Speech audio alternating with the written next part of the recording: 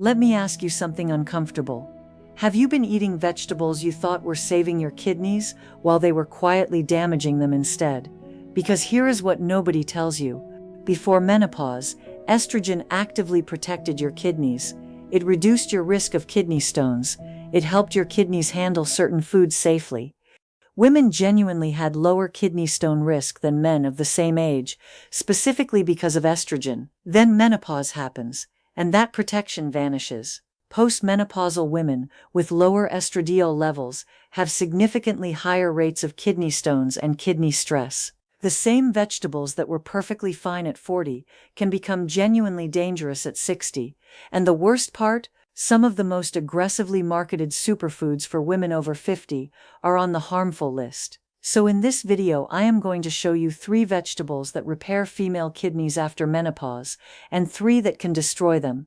And one of the harmful ones is something you have probably been told to eat more of for your bones. That is the one I want you to watch for. Drop your country and your local time in the comments. I genuinely love knowing where this reaches. Let us start with the first one. And this one hurts because it is sitting in almost every kitchen right now. I am talking about tomatoes, but not fresh ones. Fresh tomatoes are perfectly fine.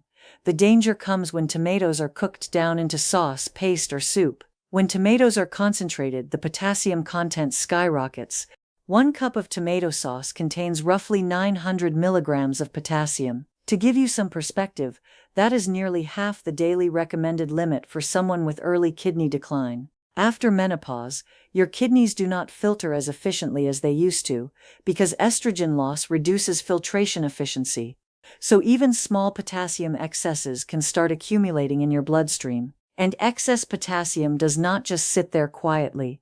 It interferes with your heart's electrical system. Fatigue, muscle weakness, cardiac arrhythmia, all signs of potassium overload, and most women never connect it to the pasta sauce they eat several times a week.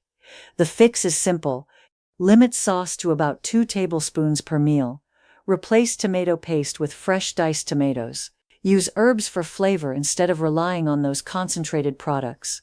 Now here is the first vegetable that does the opposite. And it is a direct swap for everything that makes tomatoes dangerous. This one is cauliflower. Low potassium, roughly 88 milligrams per cup cooked. Low phosphorus. Low oxalate. It is one of the safest vegetables for kidneys at any stage of decline. And it belongs to the cruciferous family, which means it contains sulforaphane and glucosinolates, plant compounds that reduce inflammation and help the kidneys neutralize toxins. After menopause, when kidney inflammation increases because estrogen is no longer buffering it, cruciferous vegetables provide exactly the kind of support your kidneys lost. And here is the practical win. Cauliflower can replace mashed potatoes directly. Same creamy texture, fraction of the potassium.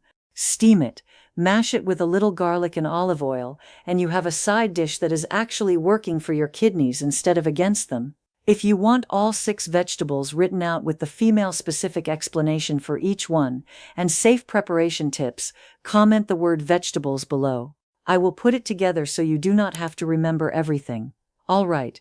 The next harmful one is going to surprise you, because it has been marketed to women over 50 as a superfood for years. I am talking about spinach. Spinach is everywhere.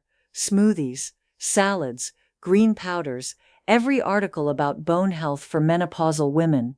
Here is the problem. Spinach is one of the highest oxalate foods that exists. Oxalates are natural compounds that bind with calcium in the body and form sharp crystals, the exact type of crystals that become calcium oxalate kidney stones. Those crystals damage kidney tissue and block the tiny filtration channels inside your kidneys. And here is the female-specific piece that changes everything. Before menopause, estrogen regulated how your kidneys handled oxalate. It kept oxalate moving through the system without crystallizing. After menopause, that regulation disappears. Dietary oxalate from spinach travels more freely into kidney tissue and forms crystals. Postmenopausal women have significantly higher calcium oxalate stone formation rates than premenopausal women eating the exact same diet. So the spinach you have been eating for your bones may be depositing those minerals in your kidneys instead. Cooked spinach is worse than raw. Boiling concentrates the potassium while preserving most of the oxalates, so your healthy spinach soup may be doing the opposite of what you think. The swap is easy. Kale. Kale has far lower oxalate than spinach, and the National Kidney Foundation lists it as a low-potassium vegetable. But there is another reason kale belongs here. Kale is not just low in oxalate and low in potassium. It contains something no other protective vegetable on this list has: phytoestrogens. These are plant compounds that interact with estrogen receptors in the body. After menopause, when estrogen receptors in your kidney tissue are sitting empty because your own estrogen has declined, kale's phytoestrogens provide a gentle signal that partially replaces what estrogen used to provide. This is not a replacement for hormone therapy, but it is the only kidney protective vegetable that also addresses the hormonal root cause of postmenopausal kidney vulnerability. So when you swap spinach for kale, you are not just reducing oxalate intake, you are giving your kidneys a plant-based signal that mimics what estrogen used to do. Comment vegetables below if you want the written guide with all 6 vegetables and the preparation tips. I will make sure you get it. Now, the last harmful one makes me genuinely frustrated because of how aggressively it is marketed to women over 50. I am talking about beets. Beets are a double threat: high potassium and high oxalates at the same time. 1 glass of beet juice contains between 5 and 600 milligrams of potassium, the same range as that tomato sauce we talked about earlier. And the oxalates in beets form the same calcium oxalate crystals as spinach, scraping kidney tissue and blocking filtration channels. Here is what frustrates me. Beet juice and beet powder are aggressively marketed to women over 50 as a detox and circulation booster.